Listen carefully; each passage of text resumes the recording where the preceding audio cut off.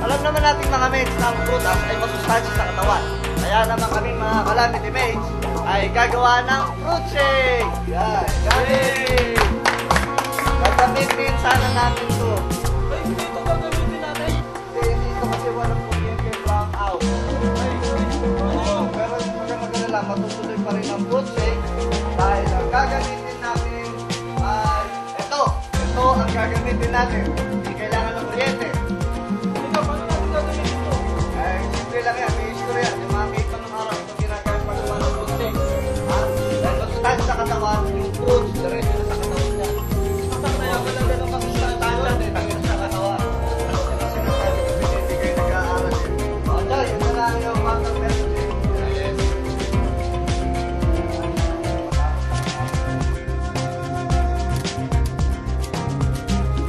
Okay, maalisin ha? 2, 3,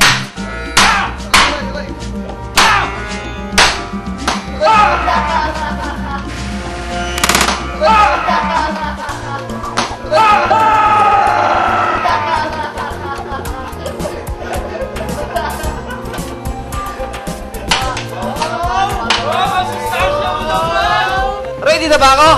Ready na.